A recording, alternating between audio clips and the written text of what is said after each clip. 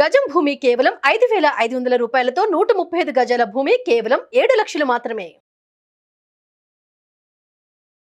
ప్రస్తుతం బోలే షావలి గారు మనతో పాటు ఉన్నారు. పల్లవి ప్రశాంత్ తరపున ఆయన బెయిల్ పిటిషన్ వేశారు.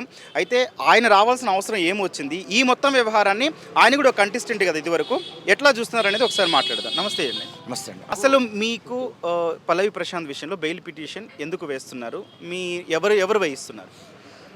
అంటే ఒక కంటెస్టెంట్గా తనతో నేను బిగ్ బాస్ అనేటువంటి ఒక పెద్ద వేదిక మీద నేను కంటెస్టెంట్గా ఉండి ఒక హౌస్మేట్గా ఉండి లోపల తన భావాలు, తన ఆడే ఆట, తన పట్టుదల, తెలంగాణ రాష్ట్రంలో ఒక మంచి అద్భుతమైనటువంటి ఒక అట్టడుగు స్థాయిలో ఉన్నటువంటి ఒక రైతు బిడ్డ, ఒక మట్టి బిడ్డగా వచ్చి ఆయన చూపించేటువంటి ఆ ఇంట్రెస్టు అది నేను చూశాను లోపల. తర్వాత నమ్ముకున్న జనం గురించి ఆయనే తన ప్రాణాలు కూడా లెక్క చేయకుండా ఆట ఆడిండు. ఇవాళ గెలిచిండు, ఒక కప్పు తెచ్చుకున్నాడు. బయటకు వచ్చిన తర్వాత తను నమ్ముకున్నటువంటి ఓట్లేసినటువంటి కోట్ల మంది ఉన్నారు. ఆ కోట్ల మంది నా కోసం వచ్చిరు అన్నటువంటి ఆనందంలో అతను ఆ ఆనందాన్ని వాళ్ళకి పంచాలి, లేకపోతే వాళ్ళు నన్ను అపార్థం చేసుకుంటారు.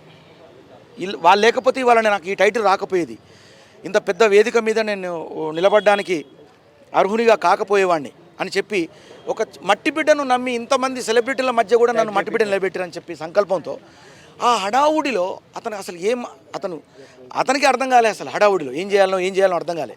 ఆ సతమతమైనటువంటి క్రమంలో తిరిగి మళ్ళీ అభిమానుల కోసం వెనుకకు తిరిగి రావచ్చు. ఎస్, అది నాకు తెలిసింది, నేను దానికి ఏకీభవిస్తున్నా. కానీ చట్టానికి వ్యతిరేకంగా ఉండాలని తను అనుకోలేదు. ఇప్పుడు నేను కూడా చట్టానికి వ్యతిరేకంగా ఉండద్దు, చట్టానికి నేను అనుగుణంగా మాట్లాడుతున్నా. కానీ మీ దృష్టికి ఒక వీడియో వచ్చిందా, రాలేదా? ఎందుకంటే ఆ రోజు పోలీసులు క్లియర్గా చెప్తున్నారు, పల్లవి ప్రశాంత్ గారు మీరు వెళ్ళిపోండి, ఇక్కడ నుంచి వెళ్ళిపోండి అంటే కూడా అన్నా రైతు బిడ్డనే అంటున్నారు. మీరు గెలిచారు, సింపతి వర్కౌట్ అయ్యింది అనుకోవచ్చో, లేదా రకరకాలుగా మీరు మొత్తానికి విన్నర్, కాదనలేని సత్యం అది. కానీ పోలీసులు రిక్వెస్ట్ చేస్తున్నా కూడా మీరు వెళ్ళలేదన్నది ప్రస్తుతం సోషల్ మీడియాలో జరుగుతున్న ప్రచారం. ఏమంటారు దీనికి? కాదండి, ఒక సామాన్య రైతు ఇంత పెద్ద హిట్ ఇచ్చిన తర్వాత, ఇంత టైటిల్ గెలుచుకున్న తర్వాత, ఇంత పెద్ద టైటిల్ గెలుచుకున్న తర్వాత ఆ కోలాహలం ఎలా ఉంటుంది? ఆ కోలాహలానికి తగ్గ అందులో కొంతమంది అల్లరి మూకలు ఉంటారు. ఎవరు తప్పు చేస్తే వాళ్ళని శిక్షించండి, చట్ట ప్రకారం అందరు శిక్షార్హులే తప్పు చేసిన వాళ్ళు. కానీ ఒక సెలబ్రిటీని, అంటే ఇప్పుడు ఎంతమంది సెలబ్రిటీలు వస్తుంటారు పెద్ద పెద్ద వాళ్ళు, ఇప్పుడు ఏదో జరిగింది అక్కడ, ఒక యాక్సిడెంట్ జరుగుతుంది, ఇంకేదో జరుగుతుంది, వచ్చి వెంటనే సెలబ్రిటీని అరెస్ట్ చేస్తారా? సెలబ్రిటీని కేసు పెడతారా? పెట్టరు కదా. అట్లా అని చెప్పి నేను పోలీసులను నేను ధిక్కరించట్లేదండి. నేను చట్టానికి చాలా కట్టుబడి ఉండే వ్యక్తిని. నేను ఒక కళాకారుడిగా నేను 10 మందికి చెప్తాను, చట్ట వ్యతిరేక పనులు చేయడం తప్పు అని నేనే చెప్తాను.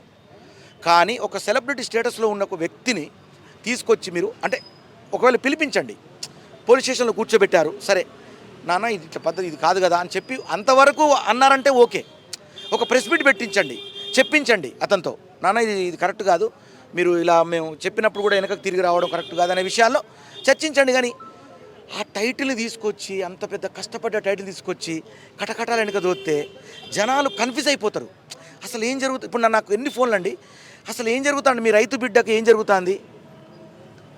టైటిల్ గెలుచుకున్నాం అనేటువంటి ఆనందం, ఇళ్లల్లో ఒక్కొక్కరు టపాకాయలు కాల్చుకున్నారు, ఆనందాలు జరుపుకున్నారు, స్వీట్లు తినిపించుకున్న తర్వాత, అన్నీ జరిగిన తర్వాత ఇప్పుడు పల్లవి ప్రశాంత్ జైలు పాలయ్యాడు అంటే ఎలా ఉంటుందండి? అక్కడ వరకు ఓకే, బాగానే ఉంది. మీరు చెప్పింది సింపథైజ్డ్గా చూస్తే ఒక సాటి మనిషిగా నాకు కూడా బాధ అనిపిస్తుంది. నిన్నటి వరకు హౌస్లో ఉన్న వ్యక్తి గెలిచాడని సంబరాలు చేసుకున్నాం, కానీ జరిగిన సంఘటనని మీరు ఎట్లా చూస్తున్నారు? సంఘటన అంటే ఏ సంఘటన అంటే అన్నారు? బస్సు అద్దాలు ధ్వంసం కావచ్చు, లేకపోతే కొంతమంది కంటెస్టెంట్లు ఇవి కార్ల అద్దాలు ధ్వంసం చేయడం కావచ్చు, ఇట్లా రకరకాలుగా ఉన్నాయి కదా. ఆ సీన్ అంతా కూడా కొంచెం బిగ్ బాస్ వ్యవస్థనే ప్రశ్నిస్తుంది ఇప్పుడు సమాజం. దానికి ఏం చెప్తారు మీరు? ఇప్పుడు కారు అద్దాలు పగలగొట్టిన వారిని నేను వ్యతిరేకిస్తున్నా. చట్టరీత్యా వాళ్ళ మీద చర్యలు తీసుకోండి. ఎస్, ఎందుకంటే కారు అద్దాలు పగిలింది ఎవరి? నా కారు, అంటే నా కంటెస్టెంట్ల కారు, నా హౌస్మేట్ కారు, నా కారు మీద కూడా మూగిండు. నా కారు అద్దాలు కూడా పగిలిపోతాయని నేను భావించిన. ఆ టైంలో వాళ్ళందరి పగిలే అంటే నన్ను కూడా ఏదో చేస్తారని చెప్పి నేను భయపడ్డాను. అది జరిగింది, నిజం ఇది. కానీ దానికి పల్లవి ప్రశాంత్కు సంబంధం ఉంది, పల్లవి ప్రశాంతే కారణం అని ఒక సెలబ్రిటీని మనం అలా చేయడం అయితే కొంచెం బాధాకరం. అది కారు అద్దాలు పలగొట్టడం చాలా బాధపడ్డాను నేను. అది ఎందుకంటే ఫ్యామిలీ కూడా ఉన్నారండి ఒక కారులో, అది నేను చాలా బాధపడ్డా. చివరిగా ఒక్కటి చెప్పండి, పల్లవి ప్రశాంత్పై ఈ మచ్చ అట్లాగే ఉండిపోయే అవకాశం లేదా? ఇది ఆయన కెరీర్కి, ఆయన ఫ్యూచర్కి బ్యాడ్ కాదా? కాదండి, ఎందుకంటే అతను మీకు ఏదో అంటే ఒక కారు అద్దాలు కిందికి దిగి కారు అద్దాలు బలగొట్టిండా, బస్తద్దాలు బలగొట్టిండు ఆయన కాదు కదండి. ఇప్పుడు ఒక సెలబ్రిటీ ఉన్నప్పుడు వందల వేల మంది గుమిగూడతారు. గుమిగూడినప్పుడు అక్కడ ఏదో ఒక సంఘటన జరుగుతుంది, మనకు అనుకోని పరిస్థితుల్లో జరుగుతుంది. అంత మాత్రాన ఇతని మీద మనం ఇది చేసి చేయడం అనేది చాలా బాధాకరం. అది ఒక రకంగా అంటే అట్లా అని చెప్పి నేను పోలీసు వ్యవస్థను వ్యతిరేకించట్లే, నేను వాళ్ళను గౌరవిస్తున్నా, శిరస వహిస్తున్నా. ప్రెస్ వాళ్ళ విషయంలో కూడా జరిగిన దానికి కూడా నేను శిరస వహిస్తున్నా. పోలీస్ వ్యవస్థను గౌరవిస్తూ మాట్లాడుతున్నా. థ్యాంక్ యూ అండి, ఆల్ ది బెస్ట్.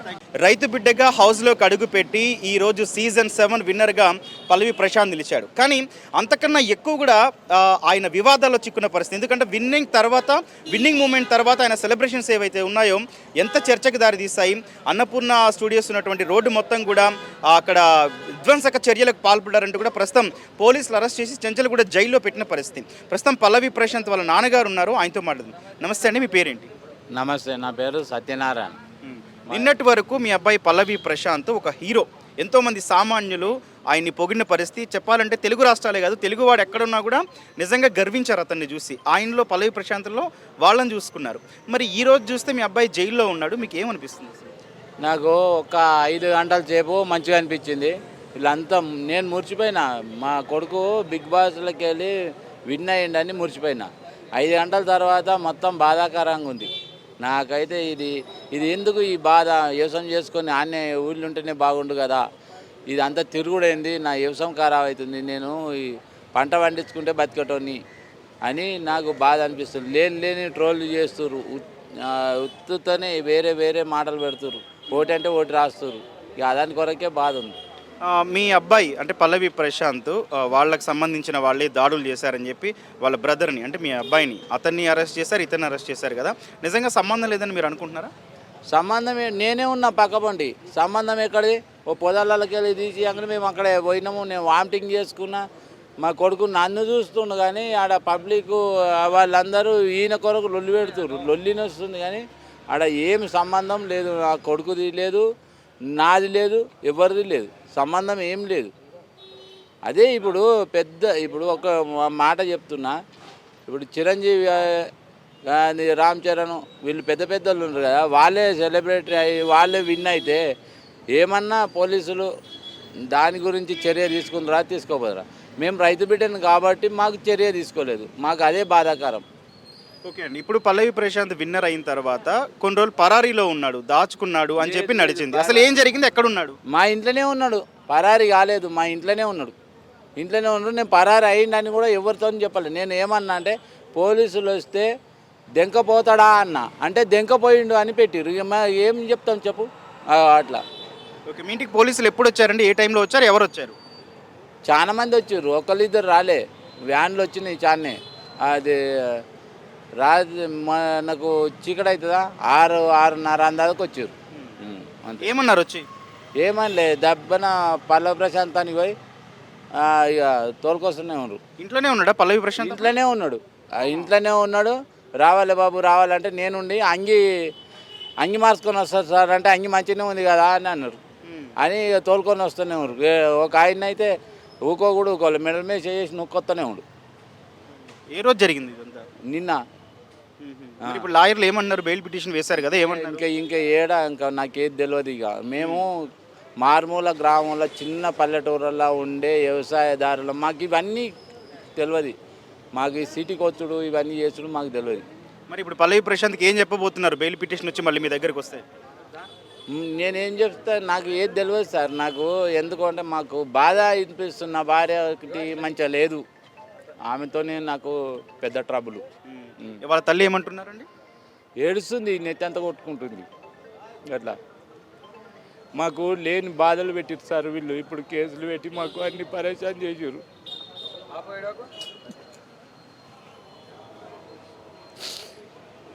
అంత పరేషన్లు ఏం పెట్టారు పెద్ద ఆయన? సార్ ఏమైంది, మీకు ఈ బట్టలు మార్చుకొని వస్తాయంటే ముందే మంచిగానే మాట్లాడిర్రు వచ్చిన వాళ్ళు. ఒక ఆయన అయితే ముఖం కూడా చూడలేదు, మెడల మీద చేసి నువ్వు కొత్తనే ఉండరు. ఎందుకు మాకు అరెస్ట్ వారెంట్ కూడా ఇవ్వలేదు, ఏం చెప్పలేదు. వచ్చిర్రు, తోలుకొచ్చినందుకు సంతోషంగానే, కానీ మెడలు బట్టి నువ్వు వచ్చినందుకు ఇంకెంత బాధ అనిపించింది సార్ మాకు. షాప్గా తోలుకొస్తే ఏం బాధ కాకు, మెడల్ మీద చేసి దొంగతనం చేసిన నొక్కొచ్చినట్టు నొక్కొస్తే ఇది ఏం సెలబ్రిటీ ఏంది కథ అని నాకు మనసు అంతా బాధ అవుతుంది. నా భార్య గుద్దుకొని జ్వరాలు వచ్చినాయి. అట్లా చివరికి ఏం వేడుకుంటున్నారండి మీరు? నేను ప్రజలందరికీ చేతులెత్తి నమస్కరిస్తున్నా. నా కొడుకు విన్నర్ అయినందుకు మాకు బ్యాడ్ న్యూస్ చూపెట్టిరు. ప్రజలందరినీ దయచేసి వేడుకుంటున్నా. నా కొడుకు ఏమి దొంగ కాదు, మంచి వినియోగవంతుడు, బుద్ధిమంతుడు. అందుకే నేను అతడు బిగ్ బాస్లో పోతా అంటే పొమ్మని మనస్ఫూర్తిగా నేను తోలిచ్చినందుకు అతడు విన్నర్ అయిండు. విన్నర్ అయినంత మాత్రముల 5 గంటల సేపు సంతోషంగా ఉన్నాము. 5 గంటలు దాటంగానే బాధాకరంగా ఉంది. మా బాధను మన్నించి మీరు కేసులు పెట్టిన వాళ్ళు కూడా దయచేసి కొట్టిపోయారని కోరుకుంటున్నా. 2 రోజుల క్రితం కప్పు గెలిచి అందరూ కూడా సంబరాలు చేసుకుంటున్నారు. కానీ ఈరోజు చూస్తే ఆ కప్పును తీసుకెళ్ళి జైల్లో పెట్టారు. ఇదా సామాన్యుడికి జరిగే న్యాయం అంటూ కూడా లాయర్లు అట్లాగే పల్లవి ప్రశాంత్ తండ్రి కూడా ప్రశ్నిస్తున్న పరిస్థితి ఉంది. మరోవైపు బోలే షావలి కూడా ఇదే చెప్తున్నారు. ఆ జరిగిన చర్య ఏదైతే ఉందో అది పల్లవి ప్రశాంత్ సంబంధించింది కాదు. చట్టాన్ని అందరూ గౌరవిస్తాం, కానీ చట్టాన్ని ఎవరి చేతుల్లోకి తీసుకోవద్దంటూ విజ్ఞప్తి చేస్తూనే దయచేసి సామాన్యుడు అయినటువంటి ఈరోజు సెలబ్రిటీగా మారినటువంటి పల్లవి ప్రశాంత్ని బయటికి తీసుకురావాల్సిన అవసరం ఉందంటూ కూడా ఆయన విజ్ఞప్తి చేస్తున్న పరిస్థితి ఉంది.